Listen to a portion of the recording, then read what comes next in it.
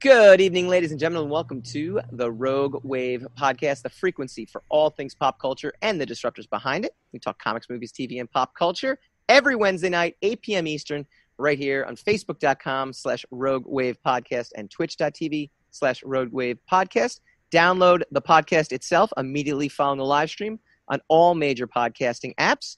Search Rogue Wave Podcast, that's Wave, W-A-V. Or go to roguewavepodcast.com to subscribe to us on Apple Podcasts.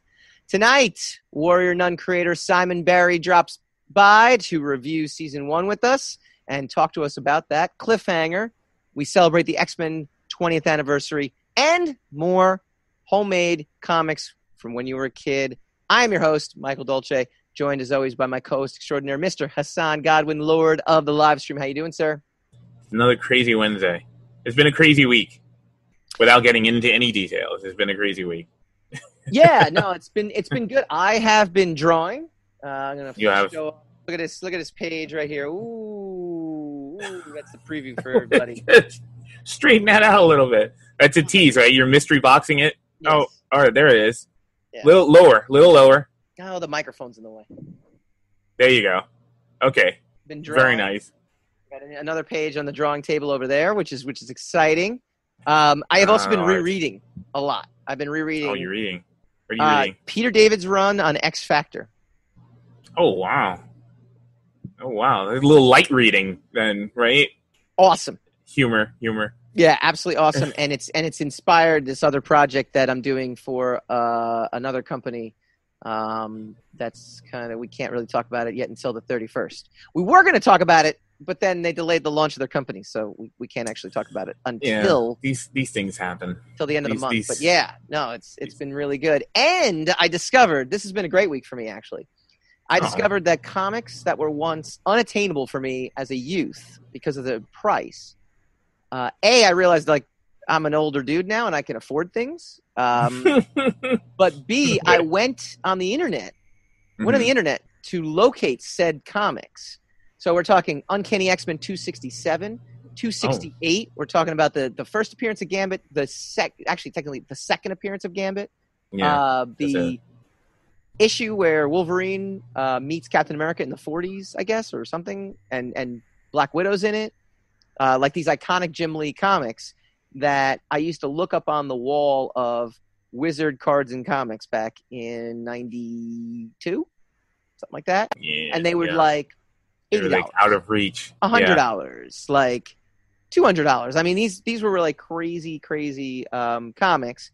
I got 267 for $12. I got 268 for $20. Where'd you get these? So with Amazon, baby, just living the quarantine life. Oh, these are reprints, though. Are these? No, the original comics. Why are they so cheap on Amazon? Because the market's busted anymore. Like they're not. Yeah. I don't know. Everybody's getting everything digitally. Yeah, I can't. All I can tell you is I can reap the reward. I also picked up the run of X Factor that Will Portacio did with Claremont and Lee plotting and scripting. So it was the issues leading up to the revamp of X Factor. So I have filled in my collection, which is pretty awesome. And I've also done it on the cheap, which is also pretty awesome. The total came to something like $120 or something because I bought all these issues. Yeah, because you overdid it. You splurged. With the shipping. Well, with the shipping itself was like $30 or something like that for all this, combined, right?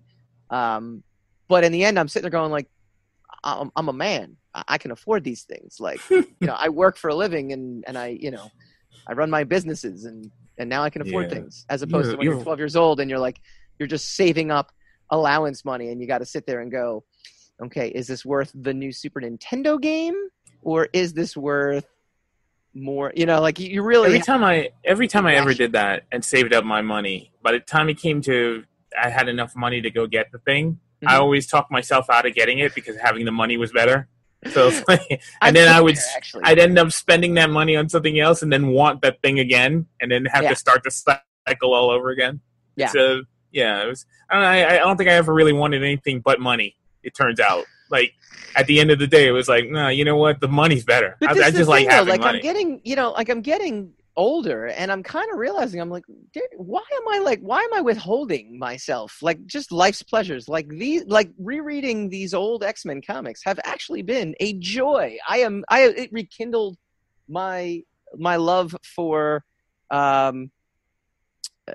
comics again, and for drawing, and it gives me the same excitement. And I'm sitting there like, why am I holding back? I still don't understand. See this one? Yeah. Oh. For anybody who is listening to us on the podcast, wow. My screen just changed to the gatefold cover to X-Force #1. New podcast coming in the next couple of weeks with Victor Dandridge and I. It's called Wednesday Forever. Our first episode features Fabian Nicieza breaking down X-Force #1. It is, but again, delight to reread X Factor #1. I reread it, and I was like, X-Force #1, and I'm like, X-Force. I'm like, I'm 14 years old, and I want to draw. Like, it is important to dive back into comic books, especially when you're going to sit down and try to pencil one. Like start the penciling adventure all over again. Yeah, it is nice. Don't deny life's pleasures, people. Just enjoy it. Life is beautiful. I keep trying. I ordered a couple of books, like these nostalgia books, like actual novels from like particular box sets that you can't get anymore off of eBay. And then every time they come, because of this quarantine situation, the postman won't deliver them. So they will get all the way to my door, and then the postman will send them back to the sender. It's happened like literally like 3 times. It's most so I can't even get my. And you can't leave your apartment too. I know because. Well, if I would. No, let's not do that. I would go get them. I wasn't actually being sarcastic there. I have absolutely no issue to go get them. That is a superpower that I have, is that people cannot tell when I'm being sarcastic and when I'm being serious, because they're the exact same voice. That's why I'm so good at being sarcastic also. I would call it something else, but that's language we don't want to use. But the point is, when they send it back, they don't even give you a prompt. Like, you can come pick this up. They just said, no, we sent this back. Nothing you can do about it. Talk to your sender. Get them to send it some other way, because USPS, we don't give a shit. We're not giving you anything. We're not coming into your house. That accent is your superpower. All right, speaking of the quarantine, let's get New York. into it. This is our Rogue Rage, all the rage in the pop culture world. August release for Christopher Nolan. I am all about rage right now. I'm the Hulk. Hey, I tend to do that to you. What was it? What's the first item? August release for Christopher Nolan's Tenet, looking unlikely. Although fans are excited to finally see Christopher Nolan's Tenet in August, it seems unlikely the film will release next month. According to a new report, the film was originally slated to hit July 17th before being pushed to July 31st, and now August 12th. This is, according to Eric Handler... I feel sorry for this movie. I feel sorry for that movie. Yeah, I know. I don't think it's going to be able to live up to the hype now that it's been delayed. It's not going to be able to stand on its own merits as a film, because it's becoming this holy grail of movie experience that nobody's going to be able to get to, Yeah, so this guy, Eric Handler from MKM Partners, his prediction is we won't be seeing any theater reopen until September, unless it's a drive-in, obviously, which would mean Tenet would have nowhere to debut, bringing about yet another delay. Obviously, no studio wants to risk delivering a summer blockbuster while the cases continue to increase. For now, we'll wait and see if Warner Brothers chooses to delay Tenet again. But it's true. I mean, if the theaters... So this is a funny part, right? Like, and this is my question to you, and this is the only question I have for this story.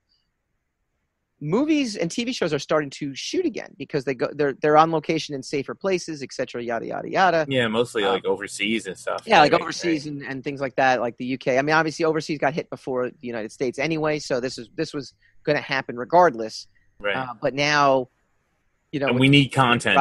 As dumb as that statement is, because of the content we still have that we haven't watched, we're going to run out of content, and then things are going to get really ugly. But this is the thing. So production has started, but on movies, if these movies have no place to be seen in a tangible sense, where are we going to be? At what point do the studios say, like, look, we love you, movie theaters, but we got to do something here to make money, right? Like, what's the give or take? Do you think that's going to happen?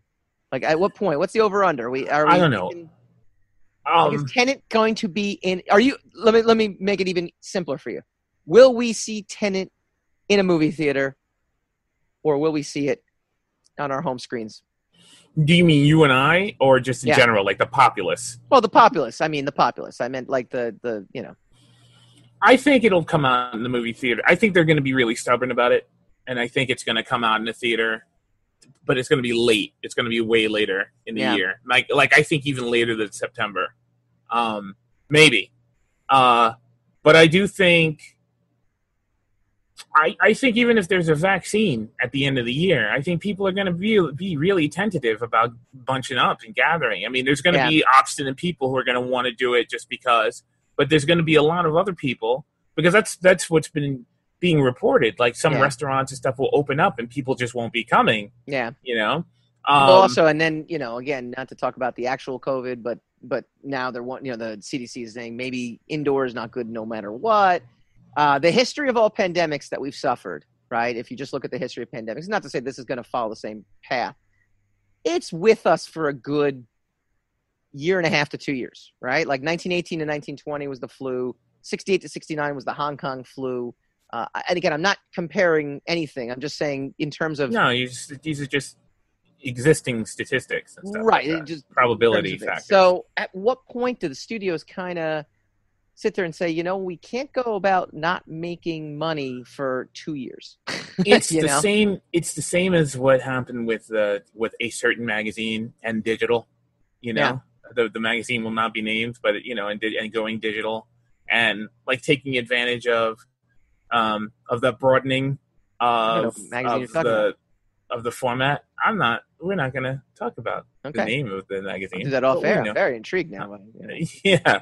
But they should have gone digital, or should have at least done some exploits into digital. Did we work at this magazine? There is a possibility that we shared some employment, or you know, hovering around there. Yeah, that magazine's not around anymore. I mean, you can kind of say what you want about it. Just don't want to. Okay. You know, just trying to be discreet, but you're botching that anyway. But the you don't bottom have to be line is to figure out which one you're talking about. I'm just trying to be subtle, and you're being a dick as usual. But anyway, Gandalf would approve of your subtlety. Oh my God! Anyway, the studios. It's what's going to happen is the studios are going to have to. It's just the same as DC with Diamond. Everybody's gonna have to realize that we cannot use one delivery system for this product. Right. We have to have multiple. We have to be on multiple platforms. We have to be, you know, we have to have a diversity of delivery for this stuff, so that we could get the maximum amount, because movies aren't getting cheaper to make by any stretch of the imagination, right? So the studios are going to either have to stop making billion-dollar blockbuster movies, right, or B, find a better way to ensure delivery that the people are going to be able to pay for it. People are going to be able to attend and see it. And I don't know what the solution is, because it's very hard, because there's a lot of pirating, especially when things go straight to digital. I know. You know, you have pirating and stuff like that. But it's they're going to have to do something, because I don't think movie theaters are going to be viable too much. I don't think we're going to social. I don't think we as a society are going to. It's going to take a little while for us to be as social as we were. 2 years. You know, I think could 2 be years. And again, I'm just basing it off decade, 5 years maybe. Many for us to get back into, like, for things to there's industries that are not going to come back. The bottom line is we don't know. I would think 5 years is a little too much, but you could be right. I can't argue. Look, I can't predict the future. If I could predict the future, just, you know, worst case scenario, we wouldn't be doing a million podcast.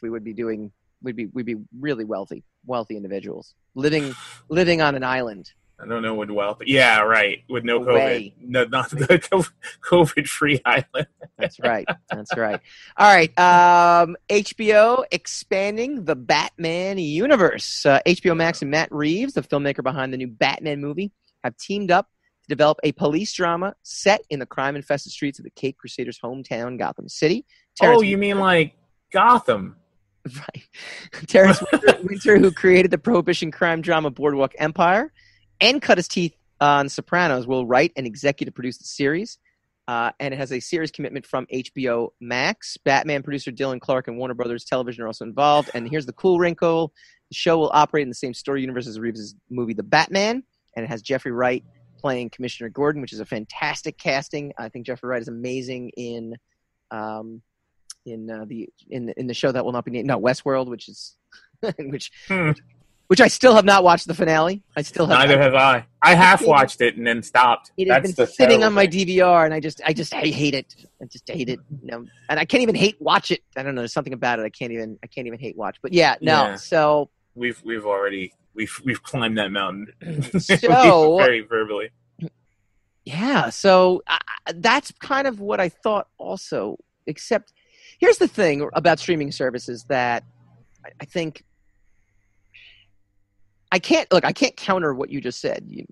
Your little Gotham reference, snarky comment, because I thought the exact same thing. I'm like, well, didn't we already have this? There's something about streaming services. There's something about being able to be as uncensored as you want in terms of gore, violence, language, making it as realistic, tying it into the movie universe. TV, for some reason, Agents of S.H.I.E.L.D. is a great example, right? I mean, it's supposed to be set in the Marvel Universe, but it's not really. I mean, if you really think about it, it's just not the MCU. It seems to be, but it's not. Because there's not. I don't even know where that show is anymore. I dropped off so long ago. Yeah, so I'm always surprised to see it's still on. Right. It just never fully connected with the MCU, even though it's Coulson, and Coulson is the center of the MCU. But it just. I guess I can't say that because I think they killed him and brought him back. Well, many times apparently, but I can't say that it didn't try because Winter Soldier. One of the reasons I don't think Winter Soldier is one of the best movies I've seen. In terms of the MCU, everyone holds that as the number one. I don't think it's a bad movie, and I enjoyed it. Trust me, I enjoyed it heavily. The twist of that movie got ruined because I saw Agents of S.H.I.E.L.D. before I saw Winter Soldier, and. So the twist of Hydra, I knew coming in. Not that I guess there was a twist, but again, there was some sort of, the way that they bumbled the synergy of the two of those, I think. And that lessened my Winter Soldier experience to what other people have had in terms of Winter Soldier. So a streaming service, because it's so movie-like and is connected so well to the movies, potentially, I think might offer a better version of Gotham. Although I heard good things. Did you watch Gotham? No, I never got into Gotham, but Gotham was around a long time. I know the premise of Gotham. Yeah. I have friends who thought it was great. They watched it on a regular basis. So, I mean, it just sounds like, and I mean, Gotham was a clever idea, about like, let's just talk about the streets of Gotham and Commissioner Gordon when he was a young lieutenant or, when he was a sergeant, I think. Right. Yeah. And, the whole, we'll go from the death of the Waynes all the way up to Batman becoming a hero. Right. And I think that's the premise of it. Yeah. In the meantime, we have the origins and the up and coming rogues gallery of Arkham inductees, future Arkham inductees. So yeah, I mean it was a good idea. So now it seems like they're going to do it again. This is the annoying aspect of the DCEU or whatever they are trying to make that into, because there's no cohesion whatsoever. They're all over the place. They got 3 different Jokers, they got 3 different Batmen. They've got, they've got an absentee Superman. That's what the Flash. They've got an Aquaman and a Wonder Woman. Those are the 2 things that work so far, in that entire universe. And we can't seem to get any kind of cohesive, thread going through all of those things. And it's And then they have the Arrowverse on television, which is, completely off the rails in its own universe, and its own craziness in and of itself. And I don't disparage it.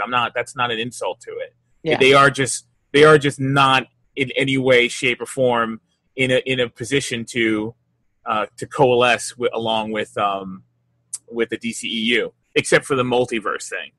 Yeah. So, well, that's what I'm looking forward to, the multiverse, if it can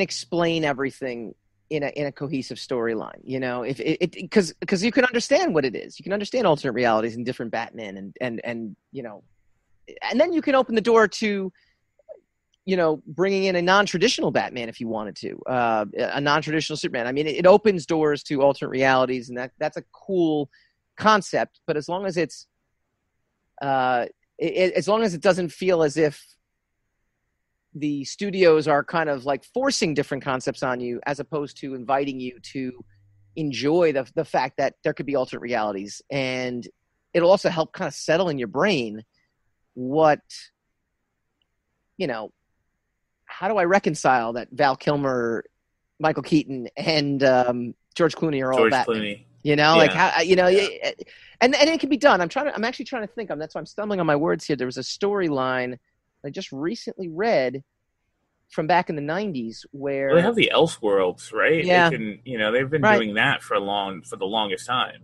right? Yeah. So, I mean, it can be done. It's not there's precedence to it. It's comic books. You can do anything with them, but the problem is, like, in order to get us all on board with it, you have to show some kind of unity. You know, we will happily get on board with just about any kind of attempt, not even if it's good. We'll get on board with any kind of serious attempt to consolidate and to show us that there's you know, cohesion and meaning in all this stuff. To do it, you know, you guys against the wall, you know. And so now the Joker comes out, and Joker makes $1 billion. So now they're forced, because of money, they're forced to find a way for that to fit, even though they were adamant that it didn't. That is the most watched thing on HBO Max. They did a report. There you go. All right, finally, it was 20 years ago Monday, maybe yesterday.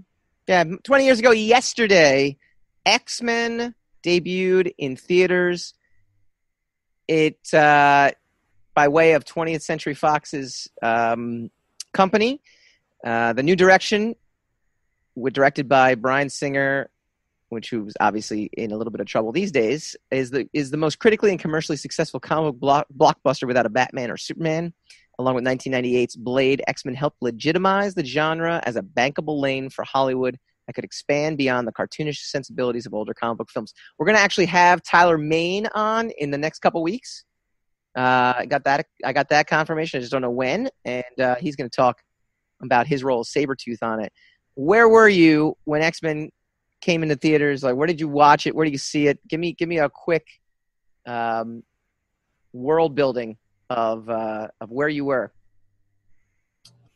I think I saw that at the Palisades Mall. I think I saw that. You know, I don't remember it very, very vividly. Did it strike? I think a bunch of us saw it. No, I think it was a Wizard thing. I think we all was went pre-Wizard as a group. for me. I didn't actually. I was there. I was there in 2000, and then I think a group of us definitely went to go see it. I don't know if it was a pre-screening or if it was a premiere, but I did see it with a bunch of Wizard people. So personals. This is going to be hard for today's generation and even the generation 10 years earlier than us to fathom. Okay. All right. But comic book movies were not a thing back then.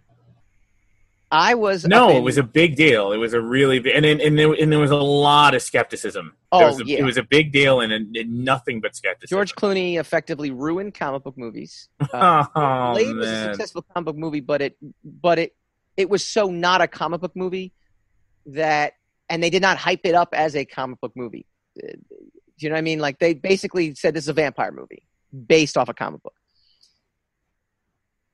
Because that was the marketing. They had to do the marketing. X-Men, there's no getting around it. X-Men are the X-Men. Wolverine is Wolverine. There's no escaping the comic book roots. I mean, even Batman Begins is another way of, you know, oh, by the way, it's a comic book movie. Unbreakable was, oh, by the way, this is a comic book movie. It was not, you know, you did not put that forefront in your marketing.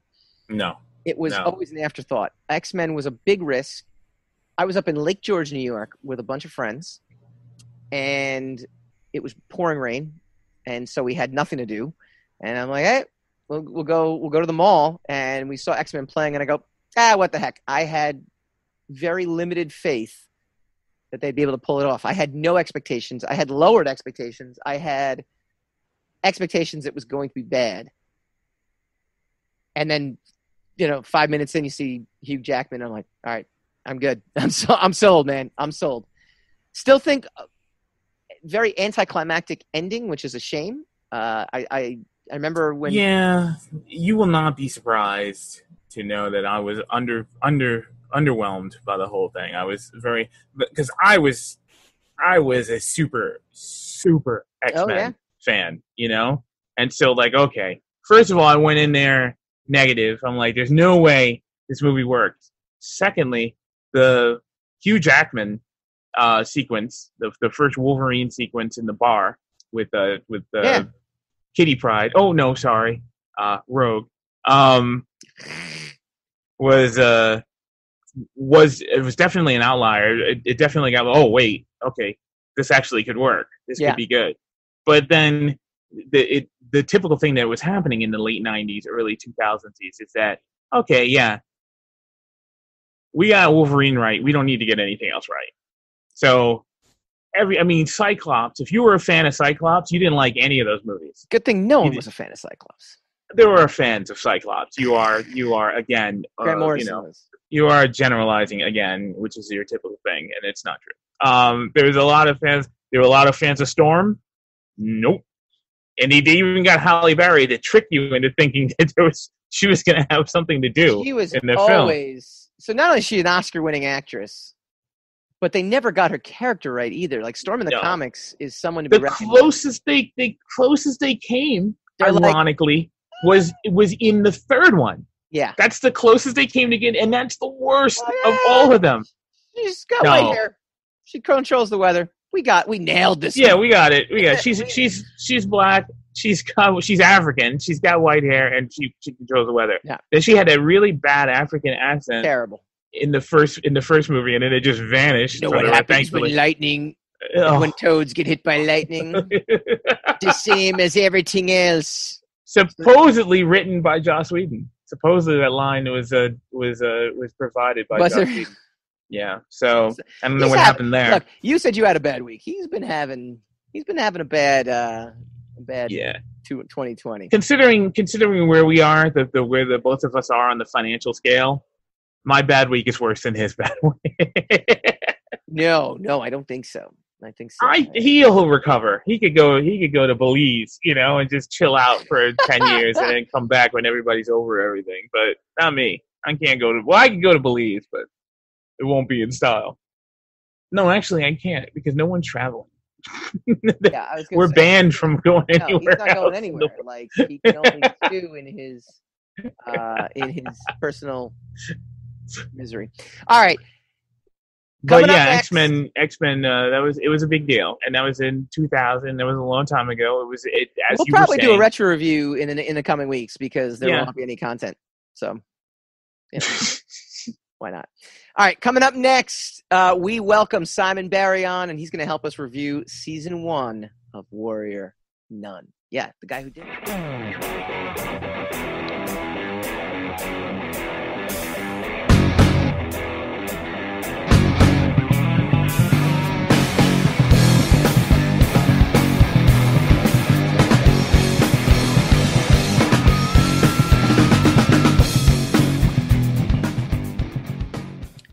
Welcome back to the Rogue Wave podcast, the frequency for all things pop culture and the disruptors behind it. Happy to welcome a rogue, by all definition, someone who has been a veteran of TV and is at the helm. He's the creator at the helm of the successful Warrior Nun Netflix TV show. Mr. Simon Barry, how you doing, sir?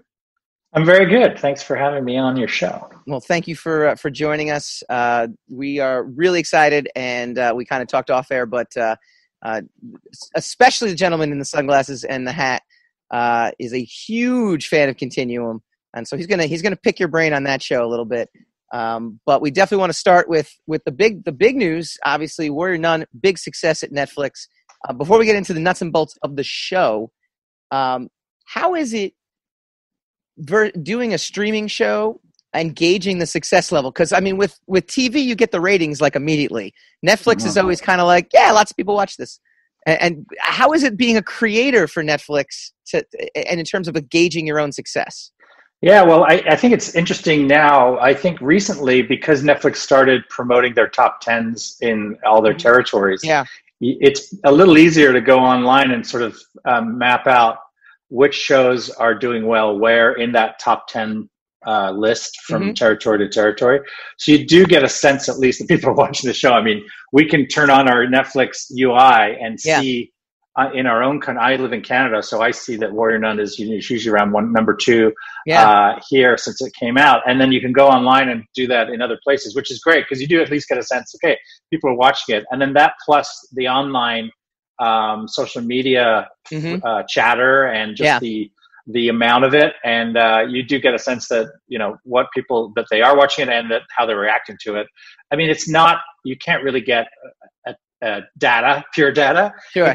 It's really just like a vibe of what's going on, but it's enough that you feel like, okay, so the show's out, it's being watched, people are asking questions, it's resonating. So in that sense, it's good. And that's really, for me, all that really matters. I'm not as fascinated with the specific numbers. In fact, I think, and I've done shows in the old format, which were, basically ratings breakdown. And it was, even then it was really, you were kind of a box within a box within a box based on your time slot and what network you were on and when the show aired. And so even then it was, you would get a number and you really didn't know what to do with it because you weren't sure if that was a death sentence or a renewal. But at least with Netflix, you have a sense of like, okay, we know we're in the top 10. That's good. Yeah. Whether that's enough to get renewed, I don't know. I mean, they're notorious for keeping their cards very close to their chest. And so I'm not expecting, an immediate answer anyway. I think they told me when we started the process, they said, we'll probably know in the first 15 minutes of the first day, based on the data of other shows we've put on, whether you're renewed or not, but we probably won't tell you for a couple of weeks at least. And I was like, what? Really, you'll know in 15 minutes? And it was like, now we've done this so many times. We can look at the data in the first 15 minutes based on the shows we have renewed. And if we see the kind of spikes that we got on like Stranger Things or The Crown, we'll know that show is going to be in that category because it's giving an indicator early on of some kind of people are staying with the show. They're not stopping watching it after a certain amount of time. So I guess their metrics are finely tuned, really finely tuned. So they can do that, but they won't share that with me. I'm the sucker. That's sadistic. It is. It's rough for sure. But I think we're lucky that we're in the top 10, so we can get at least that feedback. If we were 11, we wouldn't know. We would know. We could be 50 or 12, and you wouldn't know. And that would make me crazy, I think. Yeah, we actually reported that on last week's show too. I mean, it was trending in the top 1 or 2. I think when I caught it, it was there. So we knew. We were excited.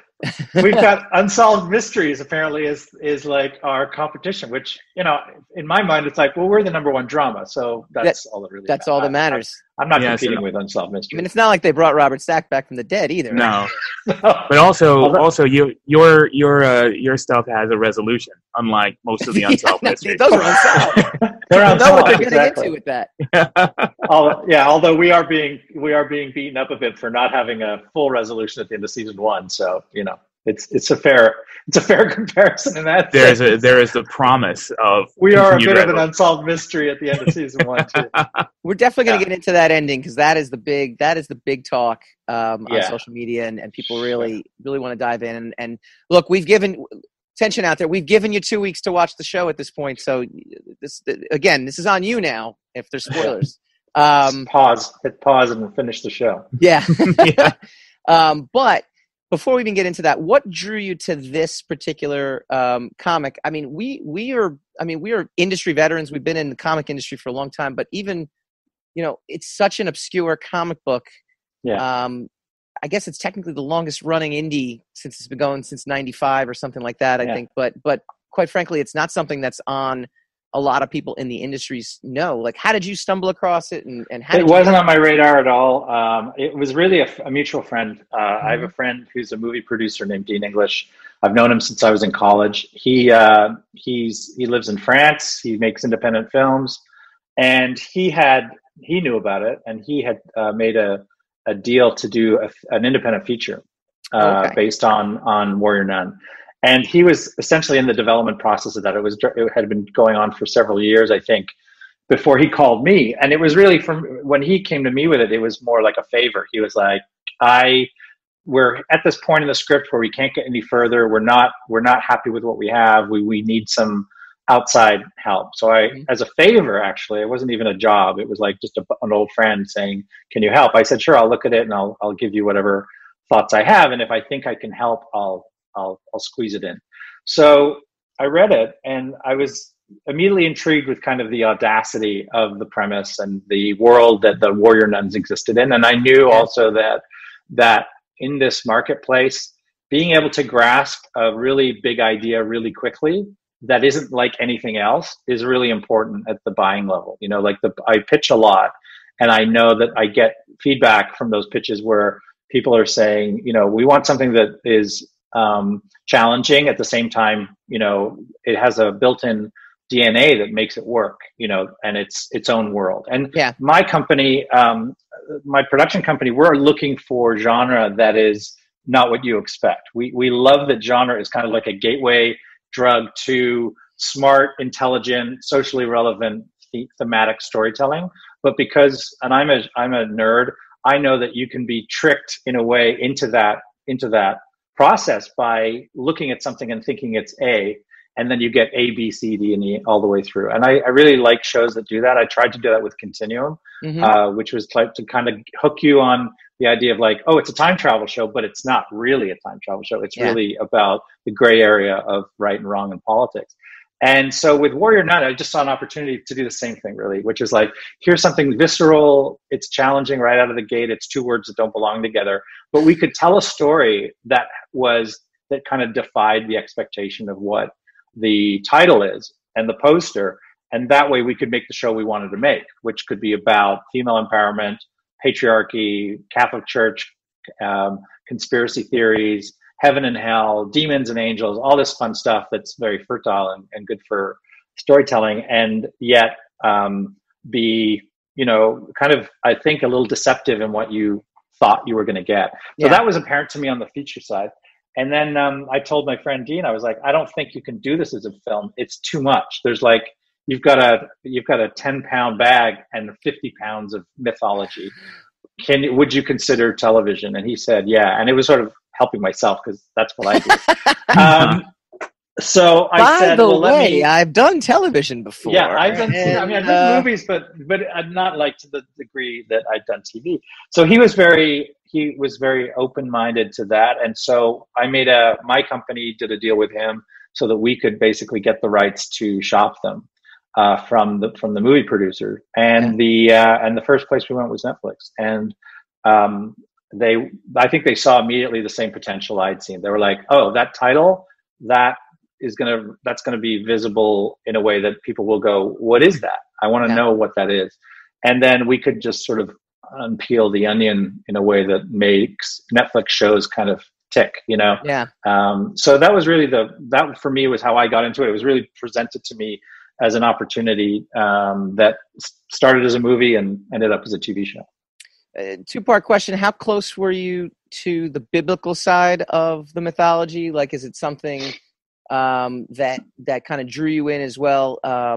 And the other side of it is, how close to the comic book side are you sticking? It's kind of the same answer. I mean, we drew from the comic books world, which was really fascinating because it had these stakes, heaven and hell, demons and angels, good and evil.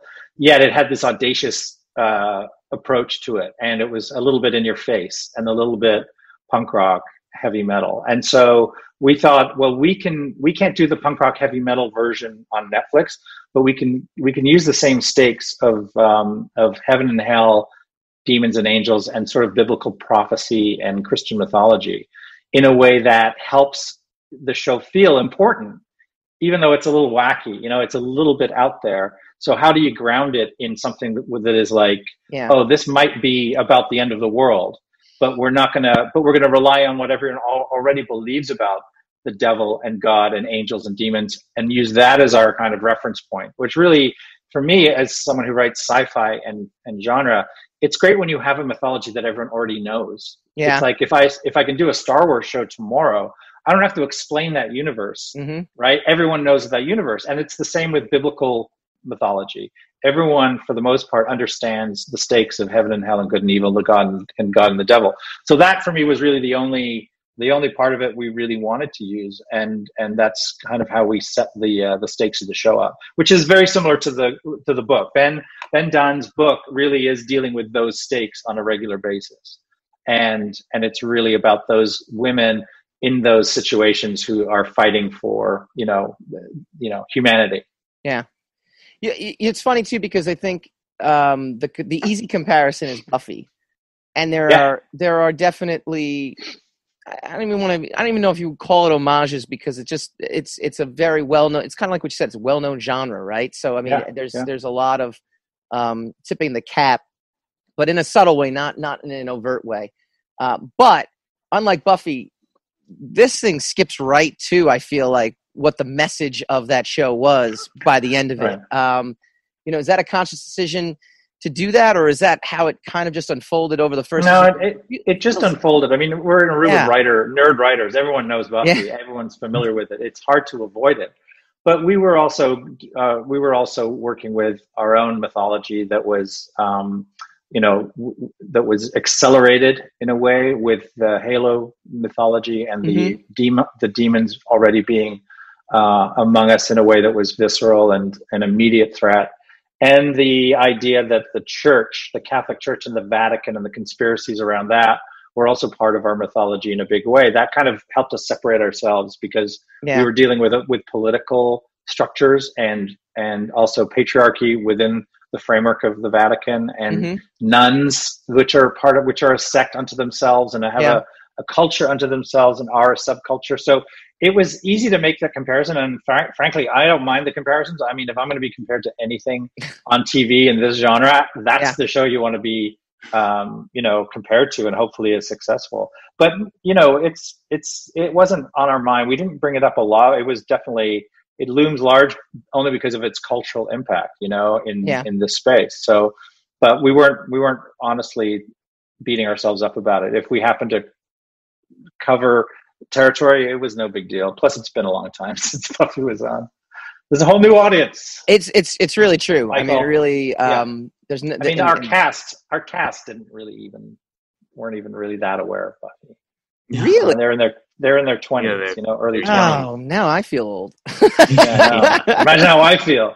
Holy cow! I was going to ask about the cast too. I think the cast is fantastic. I think Alba is fantastic. Where did you find her, and what was that process like?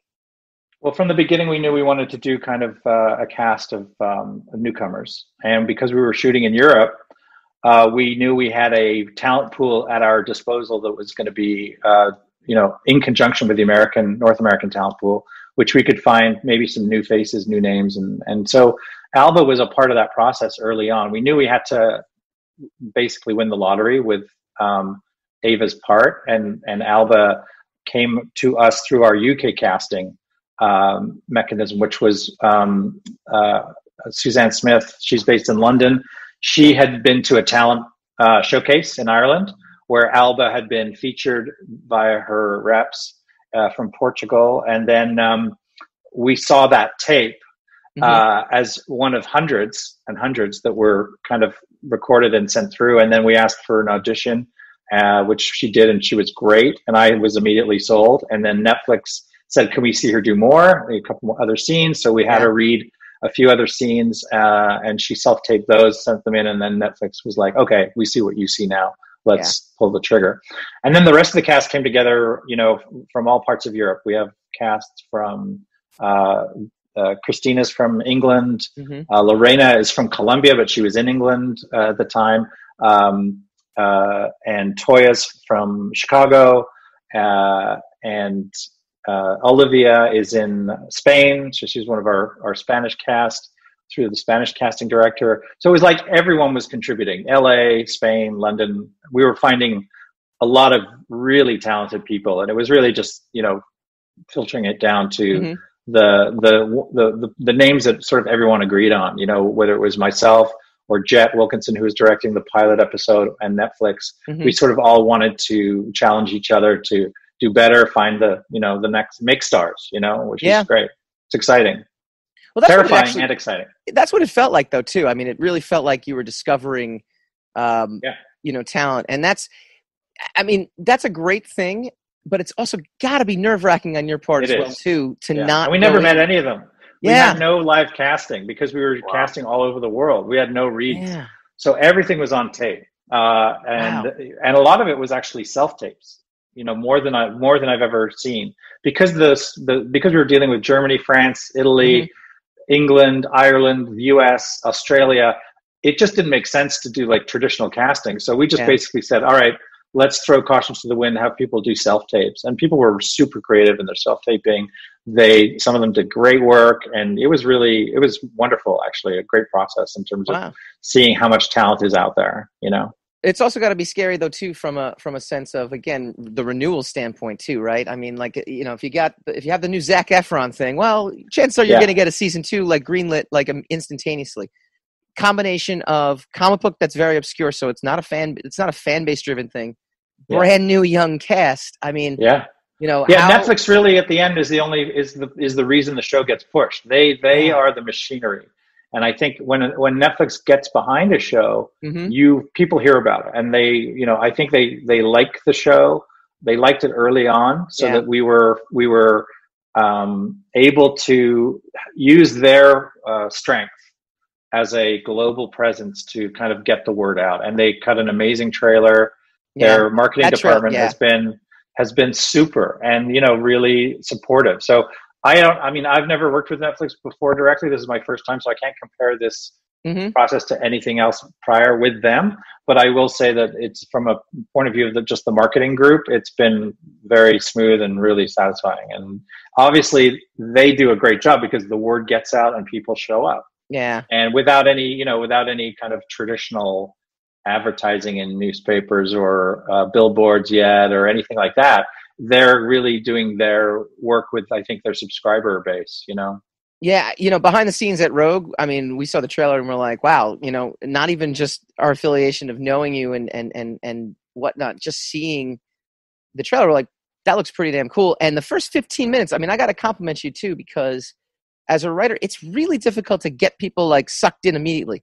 First 15 minutes, hard. I'm like, yeah, okay. Like, I'm sold. Like, where does this go? Like, and that's not, I mean, it's a skill because it doesn't come off. It's not easy to do that, to do a pilot episode, to do the first 15 minutes and have someone, have it explained. I mean, that's a great lot work. that happens. I mean, there's so much that takes place, and the transference of powers to one character to the next. And after someone has died, there's a ton of stuff that gets transferred really or conveyed really fast in that time. So, it's hard. Pilots are hard. I've written many of them. Most of them are unproduced, and for a reason, because they are this very, very challenging way to do too many things too quickly. And if you don't find kind of the right pathway and set the right tone and have all of the elements, but honestly, it starts on the page, of course, but then you have to have all the other elements that make your brain just get, excited in the right way when you watch. And that's casting, it's lighting, it's set design, costumes, everything has to work, because as soon as you see a bump, it throws you off, you're out, and I think that having a great team is the only way to really make that happen. What was the decision behind the first person narrative too? That's also not often used, really. Yeah, truth is that came from Netflix early on in the scripting stage, because they were a little worried, I think, about the amount of information that was going to have to come out, how quickly it was going to come out. Getting to know Ava's voice, because she was such a pinball in that first episode. Yeah. So at first we were literally getting hit by the truck. I don't know, voiceover, it's tricky. We struggled a lot with it. We tried a lot of things, and we ended up doing a lot more voiceover in the scripts to sort of make it consistent. But when Alba showed up and we realized how much she just showed what we were saying with her performance, we started cutting it out. And eventually what was supposed to be something that was going to run through the whole show ended up only really being in the first episode and a little bit in the second. And then it's kind of gone. Yeah. And then that really then becomes like a stream of consciousness thing as you proceed forward. We got to know her so fast. I think we just didn't need it in the way we thought we were going to need it. Yeah. And I think also as a device, it just wasn't doing anything extra. It was just being there and not really adding value. So I was glad to use it, to need it. And obviously I think it worked in the pilot to a degree that people get to know her faster. Yeah. I'm not personally 100% a fan of voiceover unless it's adding value in a way. And so for me as a writer, it was like, how do I write this so I'm not just repeating what's being shown? You know, I want it to be an addition that you would normally not get, you know, through traditional performance. So I think for me, it was like really hard to do that as a writer and to make it work. But in the end, in production and in post-production, we found a nice balance and that I'm happy with. Very cool. All right. In addition to Warrior Nun, which is on Netflix, you know, we are fanboys of many things, and my partner in crime over here is a huge Continuum fan. So I'm gonna toss the ping pong over to him for a little bit because he's got a bunch of questions for you. Yeah, I mean maybe like 2, but still, like you know, there'll be long-winded answers. So it's simple questions, but there'll be more. There you go. As usual. So thank you very much again for Continuum, for Warrior Nun and Continuum. The Warrior Nun being a fresh experience of mine, but Continuum, I think I discovered it kind of accidentally on the Sci-Fi Channel because I'm in the New York area, and it was I found the first season to be a really solid piece of science fiction, but your second season really takes the time travel ball and runs with it, with all the different aspects and the different pitfalls of what traveling through time can. So, I thought you said the answers were going to be long-winded. Was that too long a question? Back no, it's not. I was. You know, ironically, though, this is the best part because he yells at me for asking very, very long questions. You are now effectively making the question longer, though. I know. I know. So okay, so was Continuum by design? Did you have all the years planned out as you went into it? Yeah, we had a rough roadmap of a series of events that could but this is before we had the cast. This is before we knew what the show was. And so things change when the show starts to reveal its strengths and whatnot, and the characters pop, and storylines that you thought would work don't work, and other storylines do. So yeah, I mean, in the first season, in the early part of the writing room, we had a kind of a general discussion about, let's think about where the show is going so we know we're writing to something that was, you know, and it was always going to be that Kira's journey was going to be one of getting back to the world that she'd left behind, but that it was going to be a better world.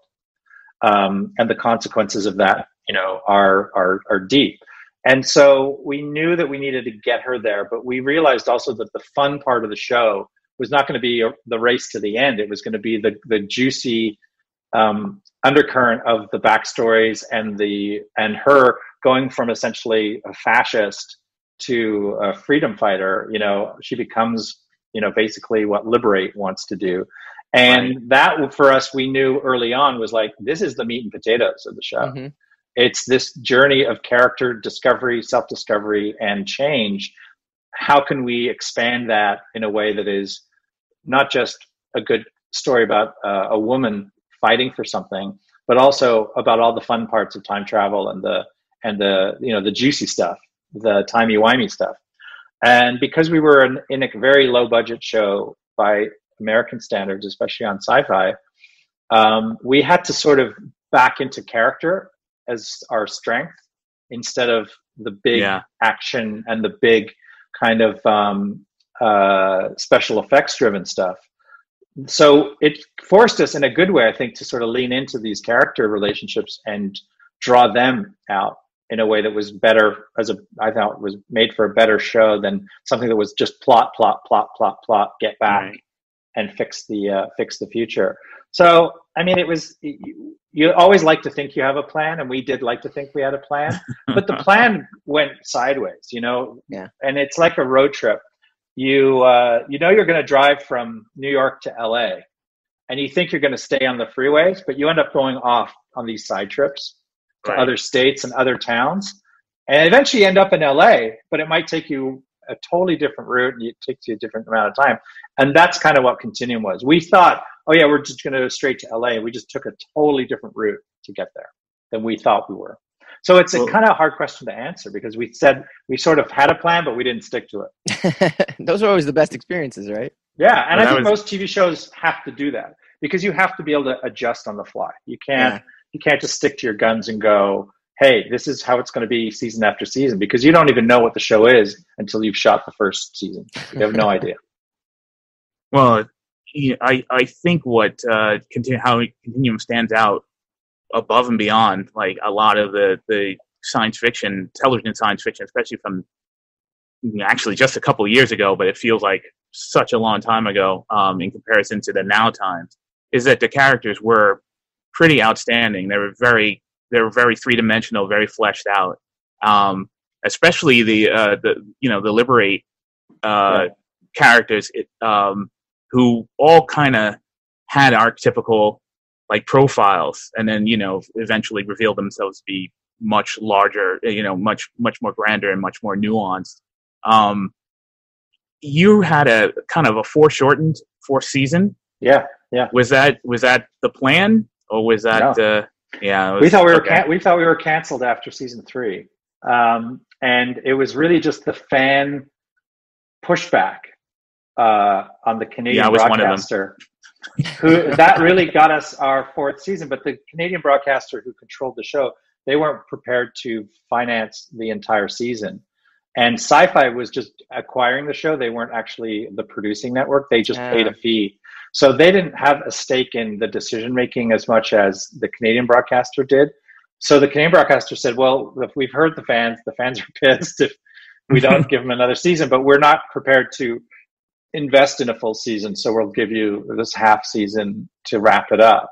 So no, we would not have done what we did if we had a proper amount of time. But it was better than just the show ending at the end of season 3 and flatline and nothing.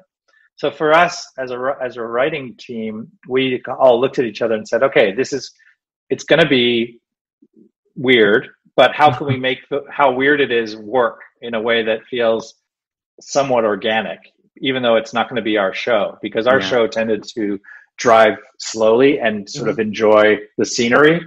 Yeah. And the final season really needed to like build to something where we got her home in a way that had stakes, and it just forced us kind of into a plot heavy structure and less character structure. And then that's not what our show was. Our show was really driven by, like you said, like great characters and great character reveals and relationships. And so the 4th season was a real hard high wire act to try and balance those things that I knew that the audience loved and wanted resolved, and at the same time have a storyline that drove to the end zone in a way that we were like not going back and forth, that we had like one clear drive. And we of course it would have been better to have another 4 episodes or something just to stretch it out. But you work with what you're given, and I don't make these as showrunner. No showrunner makes these decisions to cut a season short or cancel a show. It's not what we do. Right. But you did make a decision in Warrior Nun to end on a cliffhanger and and it got people talking. Talk to us about, we'll keep it spoiler free as much as possible, but feel free again, people, this is on you. 2 weeks. Well, anyone who watches Netflix and watches Netflix shows like this knows that this is not unique. This is by design. Netflix knows that their audience is passionate and loyal, and so I guess they feel like this is something that is energizes the fan base and gets them talking about stuff and speculating, and I guess keeps the conversation going in the time it takes between seasons. So yeah, I mean, we had been told early on that this was kind of the way they like to do it, and not that this is unusual in television. A lot of genre shows tend to build to a cliffhanger. Sure. It's not unusual. It's more or less it's like how you do it in a way. Yeah. And we wanted to try and do two things. We wanted a big reveal so that we had answers to questions. And then we wanted to tee up new questions that would propel what we had thought about season 2 would be and sort of tee up season 2. So yeah, it's abrupt.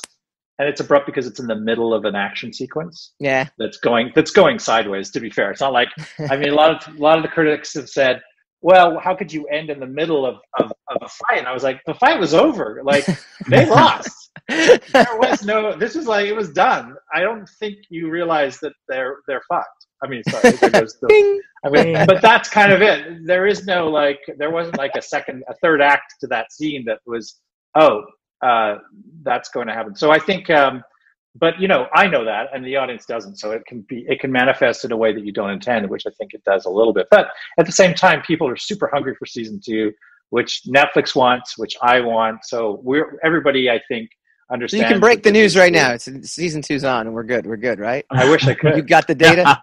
Yeah, I wish I could. I mean, if I was running Netflix and I looked at the numbers, I'd be like, hell yeah. I mean, no brainer, right? Those sneaky bees. Look at them, though. Keep it. They're like 15 minutes. They're like, yeah, no, we're good. We're good. Yeah, they have to keep everybody sweating. Simon, we don't know. We just don't know yet.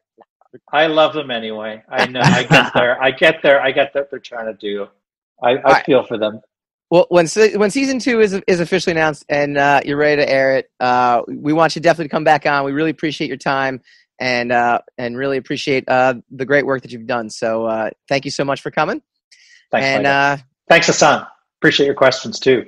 Oh, thank you. Thank you for your work. Very often. I very rarely your Continuum love. I very rarely thank him, so it's good. It's good to get awesome. When we come back, we will go spinning the racks.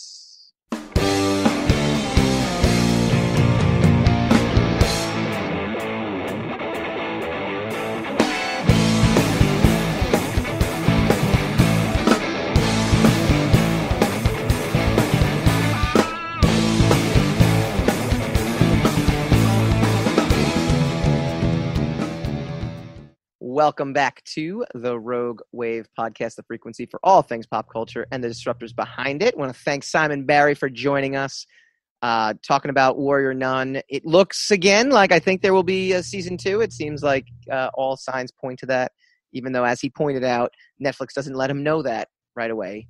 Shame on you. No, yeah. I mean, it's one thing not to like... It trended well, though. It was trending very well when it dropped. So yeah. And I still stand by, too. The first 15 minutes, look, pilot episodes are hard. The first 15 minutes, definitely had me hooked. The world building, the world around it is very good. We didn't mention it, but Shotgun Mary. Was it? She's fantastic. Yeah, she really, really is. I think Toya Turner is her name. Yeah. And Alba Baptista, she's really good, too. I think it does a really nice job when the two of them... That's when it picks up for me. Is midway through the season when they finally collide when they when they're dealing with each other and they're not just chasing each other. Like that's when things started really picking up. And obviously the twist is something that I didn't see coming, but you knew something was coming. So you were expecting. So it couldn't have been as because well there was a couple of twists as a matter of fact. So when it starts to unfold, you kind of know instinctively that there's going to be more to it than what they're showing you. So obviously, So, but it was good. It's a very, very good show, very solid. Hopefully, it'll get some. It'll have some traction on Netflix, and it did. Yeah, it definitely. Get a couple of seasons. It definitely did. So they definitely got more story to tell. There's more. There's more to be told. They better have a season 2, or else. I mean, especially at the ending. But okay. Yeah. We are big fanboys of comics and graphic novels, and every week we like to bring you the inside info on the source material that will make its way onto the large and small screen. We call this segment Spinning the Racks. Spin the rack, spin that rack.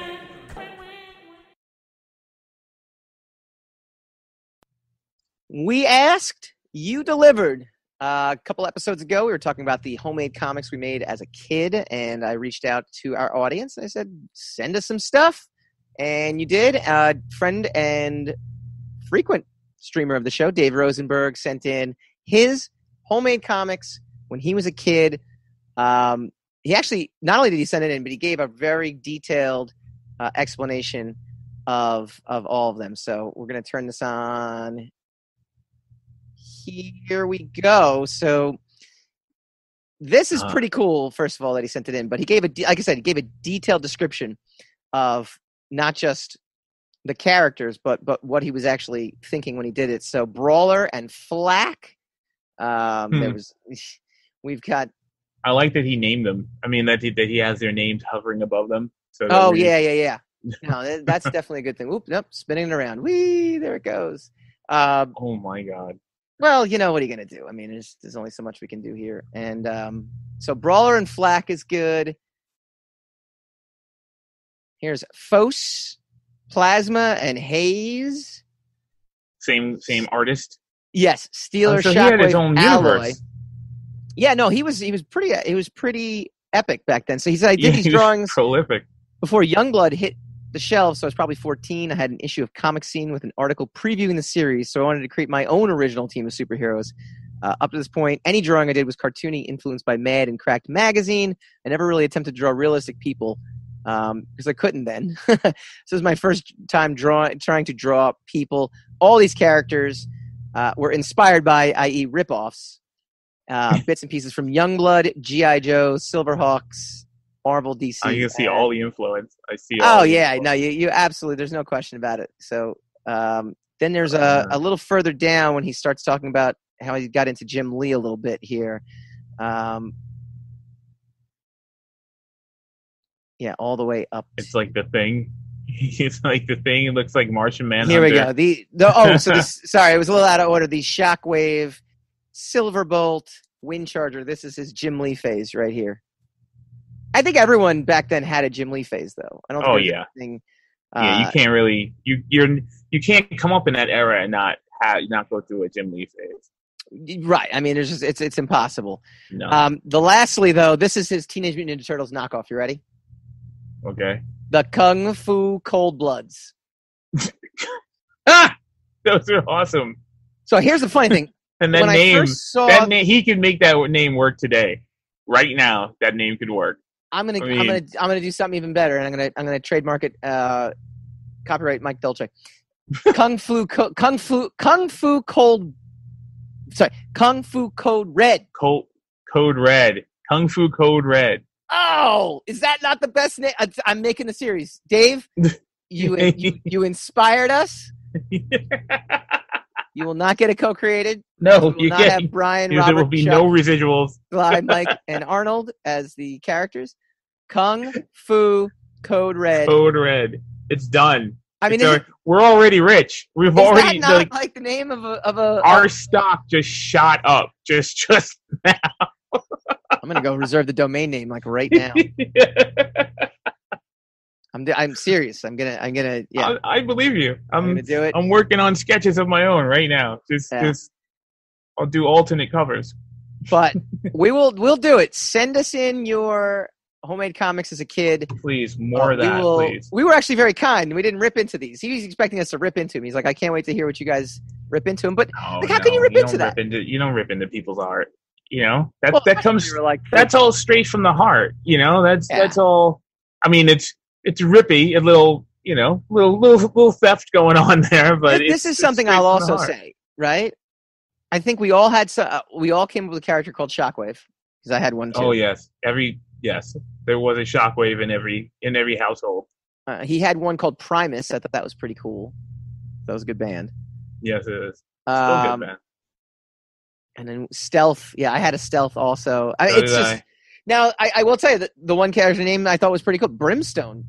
Never thought about that for a fire character. Oh, I've had a. That's pretty original, right there, right? Yeah, that's a good one. Hotspot.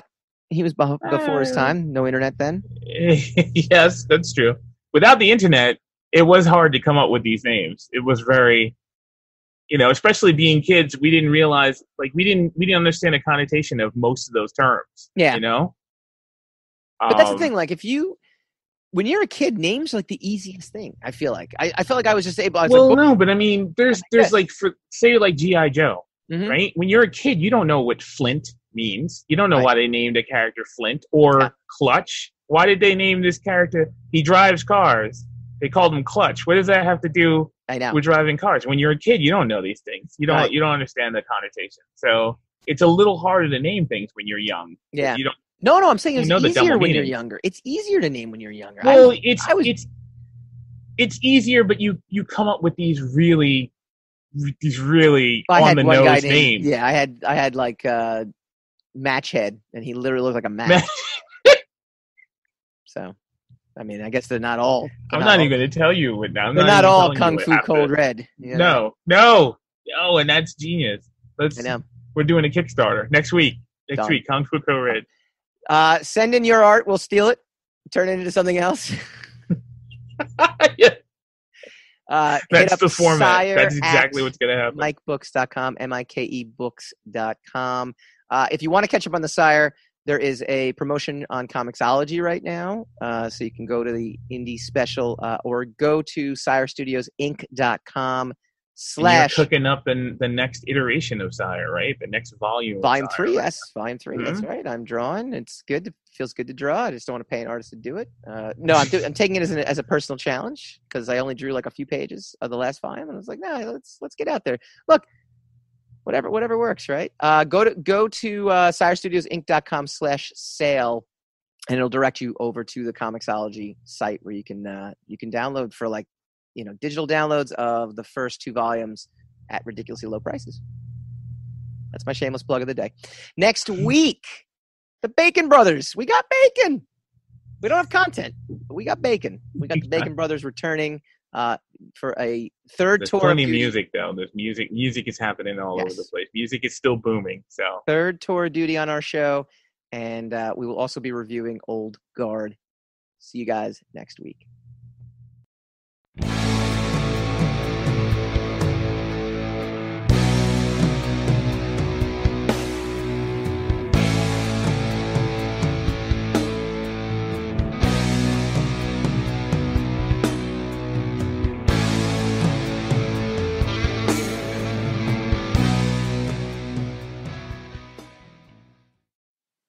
Rogue Wave.